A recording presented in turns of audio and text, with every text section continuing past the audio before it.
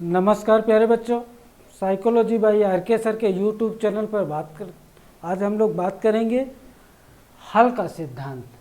Clark हल ने जो अपना सिद्धांत दिया है, इस सिद्धांत के कई नाम हैं।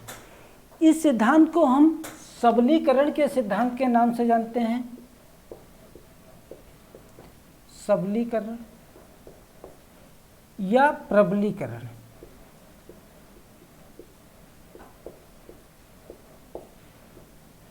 इस सिद्धांत को हम लोग सबलीकरण या प्रबलीकरण के सिद्धांत के नाम से जानते हैं। और इसी सिद्धांत को यानी क्लार्क हल का जो सिद्धांत है, इसी सिद्धांत को हम प्रणोद का सिद्धांत कहते हैं।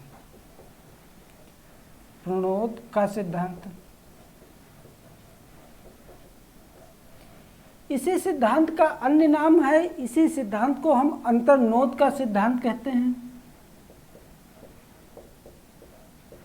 अंतर्नोद का सिद्धांत कहते हैं। और इसी सिद्धांत को हम चालक या न्यूनता का सिद्धांत कहते हैं।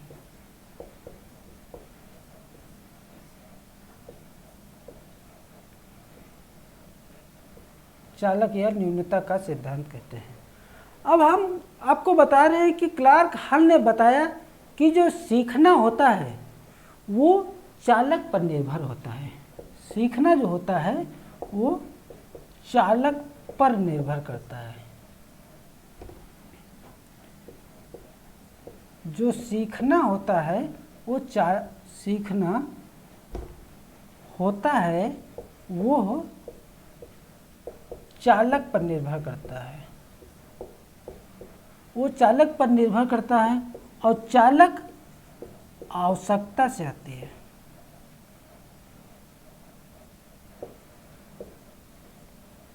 चालक आवश्यकता से आते हैं। हम आपको बता रहे हैं कि जैसे मुझे भूख की आवश्यकता है, भोजन की आवश्यकता है, तो हम चालक को प्रेरित करते हैं और चालक उस कार्य को करने के लिए प्रेरित करता है। और चालक जो है भोजन का प्रबंध करता है। जैसे हम कह सकते हैं कि जो है नौकरी की तो बहुत लोगों को ज़रूरत है, पर पढ़ते कौन हैं? जिनके अंदर मन की आवाज़ करती है, अंदर की इच्छा होती है, वो पढ़ते हैं। क्लार्क हल ने बताया कि जिस प्रकार से स्किनर ने बताया, स्किनर एक बॉक्स बनाए थे और स्किनर ने बताया कि जो है उसमें इस प्रकार से टेढ़े मेढ़े रास्ते बने थे और कठिन से कठिन चूहे को इस रास्ते के द्वारा स्किनर ने प्राप्त कर दिया। इस स्किनर बॉक्स में जो है जगह जगह पे रोटी के टुकड़े लगे हुए थे। जगह जगह पे रोटी के टुकड़े लगे हुए थे और उन टुकड़ों के सहारे चूहा जो है कठिन से कठिन रास्ता प्राप्त कर लेता था। ऐसा किसने कहा था? तो ऐसा स्किनर ने कहा था। लेकिन हल ने कहा कि जैसा स्किनर ने बताया ऐसा नहीं है। हल ने कहा कि जब चूहा अंदर गया होगा, पहला टुकड़ा खाया होगा, जब चूहा यहाँ जिसे मान लो पहुँचा और पहला टुकड़ा खाया, तो उसके चालक में पहला टुकड़ा खाया तो उसके चालक में जो है क्या होगी? तेजी आई होगी। यानी कोई बालक यहाँ जैसे खाया पहला टुकड़ा तो उसके चालक में तेजी आई होगी, तो वो दूसरे टुकड़े के लिए और तेज दौड़ा होगा, फिर वो तीसरे टुकड़े के लिए वो और तेज दौड़ा होगा। फिर मान लेते हैं यहाँ तक जो है चूहा आते आते उसके भूख में थोड़ी सी कमी आई होगी। जब यहाँ तक आते आते मतलब आधी दूर तक आते आते उसके भूख में कमी आई होगी, तब चूहा अगले टुकड़े के लिए थोड़ा धीमा चला होगा। मतलब या ये इस टुकड़े के लिए उसने धीमा चला, फिर इस टुकड़े के लिए धीमा चला, फिर इसके लिए धीमा चला और फिर इस टुकड़े के लिए धीमा चला। यानी कुछ दूर तक तो उसने धीमा धीमा चला क्योंकि उसके भूख में कमी आई, लेकिन फिर भी वो रास्ता नहीं पार कर पाया। लेकिन उसके भूख में भी कमी आ गई थी, तो जो आगे का शेष बचा हुआ रास्ता था वो जो है चूहा और धीरे धीरे चला होगा। यानी जितना उसके भूख में कमी आती जाएगी उतना उसके कार्य करने की क्षमता गति में कमी आई होगी। इस प्रकार जो है चूहा ने कठिन से कठिन रास्ता पार किया। हम आपको बताते हैं जो क्लार्क हल ने जो अपना सिद्धांत दिया, हल ने आवश्यकताओं की पूर्ति के लिए 17 स्वयं सिद्धि की खोज की है। यानी जिनसे आवश्यकताओं की पूर्ति के लिए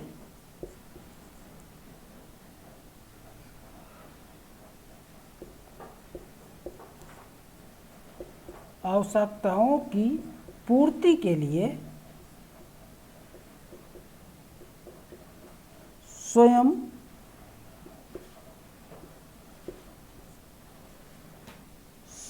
सत्रह स्वयं सिद्धि की खोज की। ये 17 स्वयं सिद्धि क्या है, इसको हम आपको बताते हैं।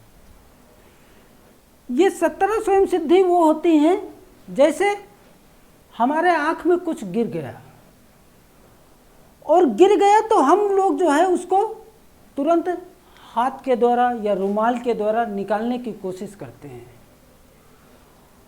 और यदि उनसे जो है हमारी जो है आवश्यकता पूरी हो जाती है, मतलब वो जो आँख में कुछ पड़ गया था धूल कण वो निकल गए, तो मेरे आवश्यकता की पूर्ति हो गई।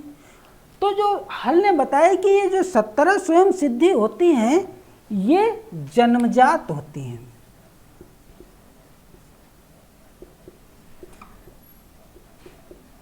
ये जन्मजात होती हैं, लेकिन जब इनसे भी व्यक्ति की, इन 17 स्वयं सिद्धि से व्यक्ति की आवश्यकता की पूर्ति नहीं होती है, तो जो है क्लार्क हल ने 133 प्रमेय बताई है। 133 प्रमेय बताई है। ये प्रमेय के विषय में हम आपको बता रहे हैं कि ये प्रमेय जो बताई है इसके द्वारा हम अपनी आवश्यकता को पूरा करते हैं। जैसे हमारे आँख में जो धूल कण पड़ गए थे, पहले तो मैं उनको हाथ से या रुमाल के द्वारा निकालने की कोशिश करते हैं, जब वो नहीं निकलता धूल के कण, तब हम लोग जो है 133 प्रमेय के द्वारा अपनी आवश्यकता की पूर्ति करते हैं। यानी जैसे वो आँख का कण जो है नहीं निकला, तो जो है हम फिर जो है कहीं पानी मिलता है तो पानी आँखों पे मार लेते हैं, इसके द्वारा जो है वो धूल के कण निकालने की कोशिश करते हैं। जब इससे भी नहीं होता है तो हम जो है डॉक्टर के पास जाते हैं, उससे जो है हम अपनी आवश्यकताओं की पूर्ति करते हैं। आपके सिलेबस में है क्लार्क हल का सिद्धांत, तो हमने कहा कि आपको बता दें, क्योंकि जो है यहाँ से कभी कभी एक दो क्वेश्चन बन जाते हैं। क्लार्क हल का जो सिद्धांत है उसका जो है सबलीकरण या पबलीकरण, प्रणोद का सिद्धांत या अंतर्नोद का सिद्धांत या चालक या न्यूनता के सिद्धांत के नाम से जानते हैं।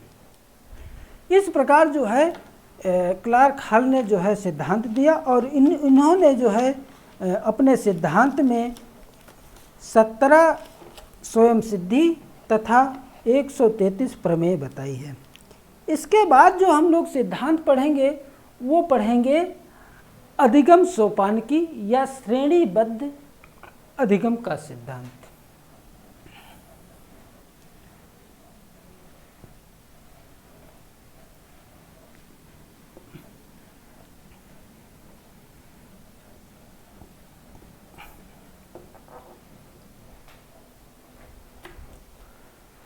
अधिगम सोपानकी या श्रेणीबद्ध अधिगम का सिद्धांत।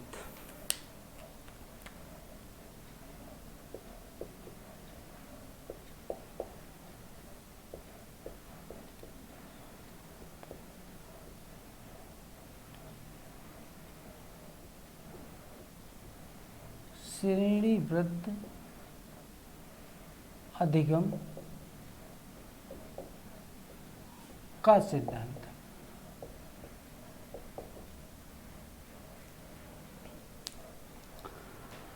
हम आपको बता रहे हैं कि ये सिद्धांत का प्रतिपादन 1956 में रॉबर्ट गेने ने किया। इस सिद्धांत का प्रतिपादन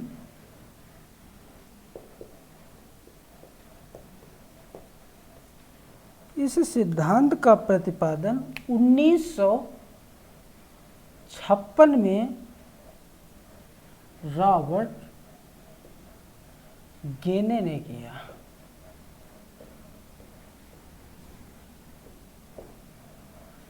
इस सिद्धांत का प्रतिपादन 1956 में रॉबर्ट गेने ने किया। और रॉबर्ट गेने जो थे ये एक अमेरिकी मनोवैज्ञानिक थे।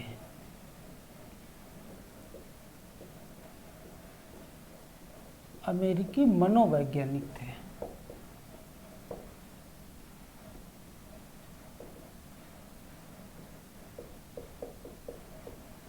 एक क्वेश्चन पूछा जाता है कि रॉबर्ट गेने कहाँ के मनोवैज्ञानिक थे, तो रॉबर्ट गेने जो हैं वो अमेरिका के मनोवैज्ञानिक हैं। रॉबर्ट गेने ने अधिगम की प्रकृति को समझने के लिए सबसे पहले अधिगम सोपानकी शब्द का प्रयोग किया। यानी हम आपको बताते हैं कि इन्होंने अधिगम की प्रकृति, यानी जो नींव होती है, जहाँ से जड़ होती है, इसको समझने के लिए रॉबर्ट गेने ने सबसे पहले अधिगम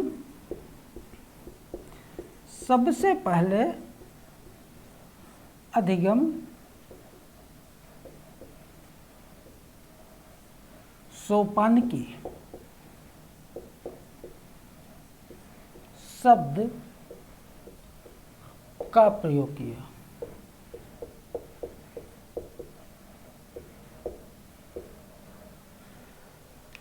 आगे हम देखते हैं कि इन्होंने ये जो गेने थे इन्होंने बताया कि निसंदेह अधिगम को विभिन्न भागों में वर्गीकृत किया जा सकता है। जैसे कोई व्यक्ति है, उसमें जिस प्रकार के व्यवहारिक परिवर्तन हो रहे हों, उसी प्रकार से रॉबर्ट गेने ने बताया कि उसे हम शाब्दिक अधिगम,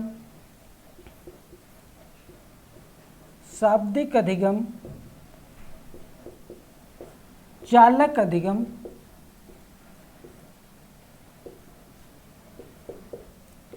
आदि भागों में बांट सकते हैं। अब ये प्रश्न बनता है कि ये श्रेणीबद्ध क्यों है? तो इन्होंने जो सिद्धांत दिया, यानी रॉबर्ट गेने का जो सिद्धांत है, इसको जो है रॉबर्ट गेने ने 8 चरणों में बांटा, 8 चरणों में विभाजन किया।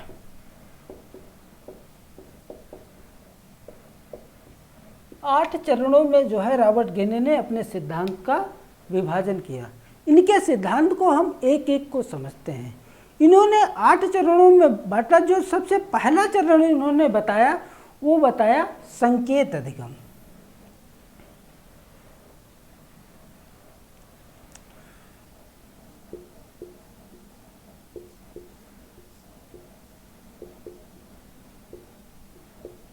संकेत अधिगम।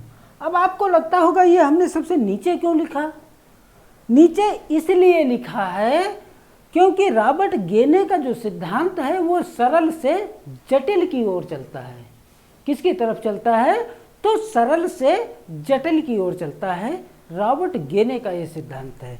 तो इन्होंने जो सबसे पहला बताया नंबर 1 का, उसे बताया संकेत अधिगम। इस सिद्धांत का यदि देखा जाए तो प्रतिपादन किसने किया? तो पावलोव ने किया। इस सिद्धांत का प्रतिपादन पावलोव ने किया। अब संकेत अधिगम हम बता रहे हैं कि जैसे हम कह सकते हैं कि अध्यापक जब कक्षा में आता है तो बच्चे खड़े हो जाते हैं। क्यों? क्योंकि उनसे कोई खड़े होने के लिए नहीं कहता है, संकेत के द्वारा बच्चे खड़े हो जाते हैं। या जैसे आप कहीं जा रहे हैं, मोटरसाइकिल से जा रहे हैं या मारुति से जा रहे हैं, कोई रास्ते में खड़ा है, आपने क्या किया? हॉर्न बजाया और व्यक्ति जो है रास्ते से हट करके किनारे खड़ा हो जाता है। तो हॉर्न बजाना क्या हुआ? अगले मतलब जो व्यक्ति को हटना चाहिए उसके लिए क्या है? हॉर्न संकेत है कि हम आ रहे हैं, हमारी गाड़ी आ रही है, आप रास्ते में खड़े हैं तो आप दब जाएं। इसलिए उन्होंने बताया कि पहला जो क्रम होता है इसका संकेत होता है, संकेत अधिगम। या हम अगला उदाहरण देते हैं। जैसे कोई छोटा सा बच्चा है, वो आ से आ शब्द नहीं जानता, आ वर्णमाला नहीं जानता, लेकिन उस बच्चे को आम का चित्र दिखा दीजिए और आम के चित्र को दिखा करके बच्चे को आ सिखाना कैसा हुआ? संकेत अधिगम हुआ। यानी आम के चित्र को दिखा करके, आम को दिखा करके, आम के फल को दिखा करके बच्चे को आ सिखा देना क्या हुआ? संकेत अधिगम हुआ। दूसरे नंबर का क्रम जो है वो है उद्दीपक अनुक्रिया अधिगम। उद्दीपक अनुक्रिया अधिगम। और जो तीसरे क्रम का इन्होंने बताया वो बताया श्रृंखला अधिगम।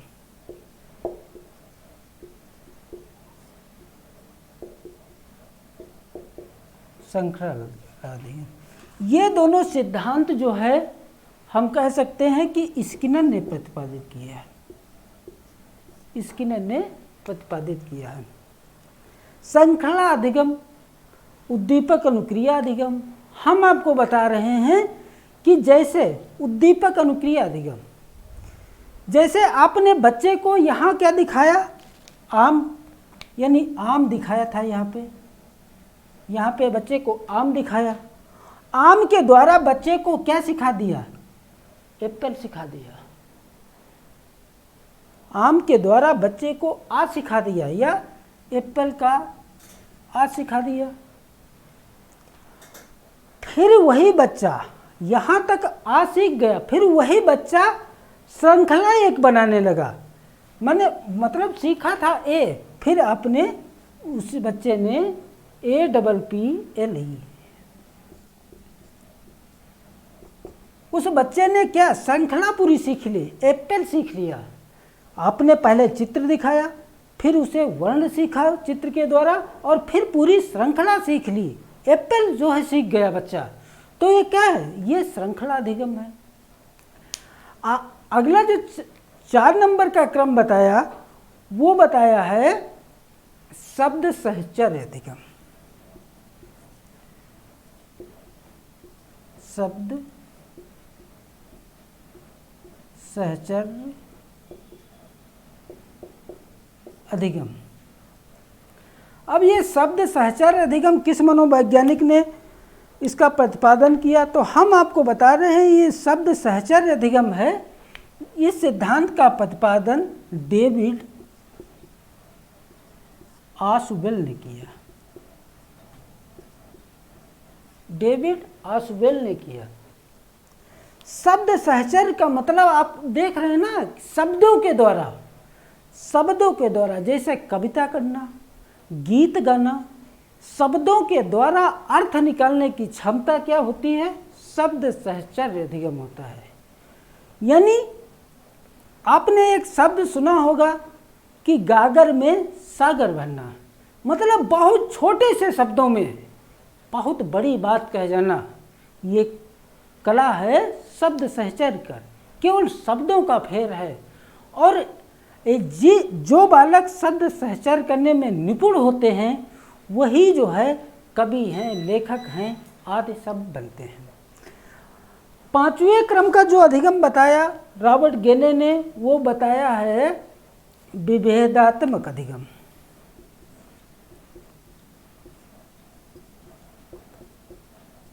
विभेदात्मक अधिगम। अब ये विभेदात्मक अधिगम क्या होता है? इसमें विभेद विभेद का मतलब ही होता है अंतर करना, यानी कहाँ पे कौन सा शब्द प्रयोग करना, कहाँ पे कौन सी बात करना, क्या है? विभेदन करना, अंतर करना।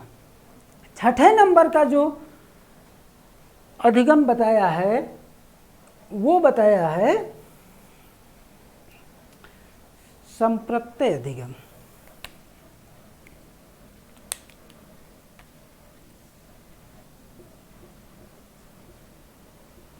संप्रत्यय अधिगम। अब ये संप्रत्यय अधिगम किसने प्रतिपादित किया? तो हम आपको बता रहे हैं ये जो संप्रत्यय अधिगम है ये एक मनोवैज्ञानिक कैडलर हैं। इन्होंने इस सिद्धांत का प्रतिपादन 1964 ईस्वी में किया था, संप्रत्यय अधिगम। हम आपको बता रहे हैं संप्रत्यय का मतलब है कि किसी घटना के बारे में आपकी जानकारी क्या है, आप क्या जानते हैं, उसे हम संप्रत्यय अधिगम के नाम से जानते हैं। 7वें नंबर का जो अधिगम बताया इन्होंने वो बताया है सिद्धांत अधिगम। सिद्धांत अधिगम। और 8वें क्रम का जो अधिगम बताया है वो समस्या समाधान अधिगम। समस्या समाधान अधिगम।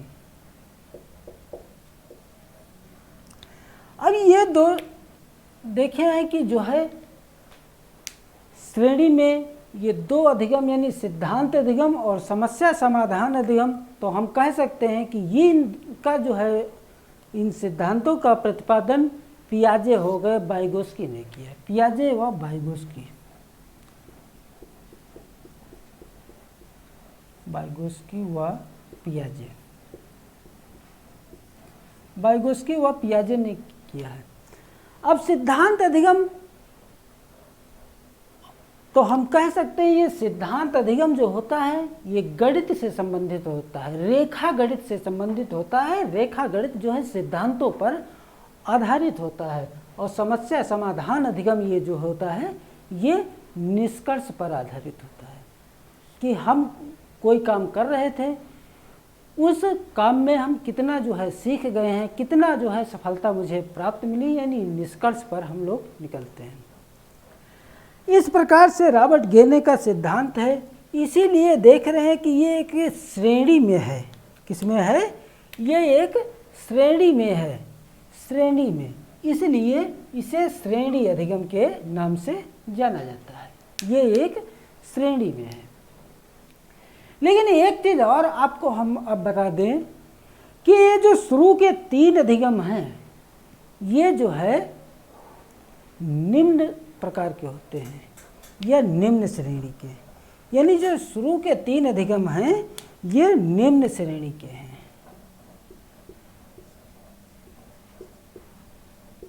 निम्न श्रेणी। और जो अंत के ये 5 अधिगम हैं ये उच्च श्रेणी।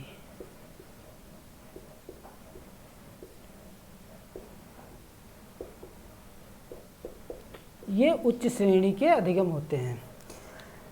यदि आपसे एग्जामिनर प्रश्न पूछे कि रॉबर्ट गेने का जो श्रृंखलाबद्ध अधिगम है ये किस प्रकार से किस प्रकार चलता है, तो हम आपको बता रहे हैं कि इनका जो सिद्धांत होता है वो सरल से जटिल की ओर चलता है। किसकी ओर चलता है? सरल से जटिल की ओर।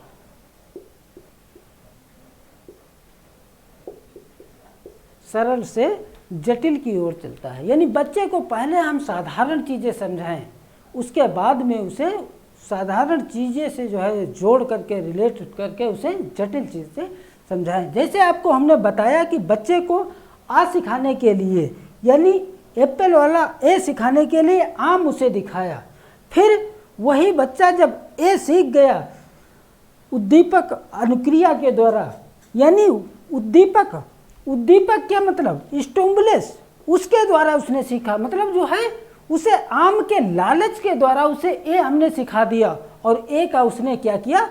श्रृंखला पूरी बना लिया। ए से उसने एप्पल सीख लिया। तो ये क्या है? पहले मैंने चित्र दिखाया था, बाद में उसे श्रृंखला बता दी। यानी ये सिद्धांत कैसा चलता है? सरल से जटिल की ओर। यानी पहले बच्चों को छोटी छोटी क्रियाएं करवाएं, साधारण क्रिया करवाएं, फिर उसी से जोड़ करके उसे जो है हम उच्च प्रकार की क्रिया यानी जो है जो जटिल क्रियाएं होती हैं वो हम करवाएं। आई होप मेरा जो है वीडियो आप लोगों को पसंद आया होगा। यदि प्यारे बच्चों वीडियो मेरा पसंद आए तो इसे लाइक शेयर सब्सक्राइब अवश्य करें। Thank you.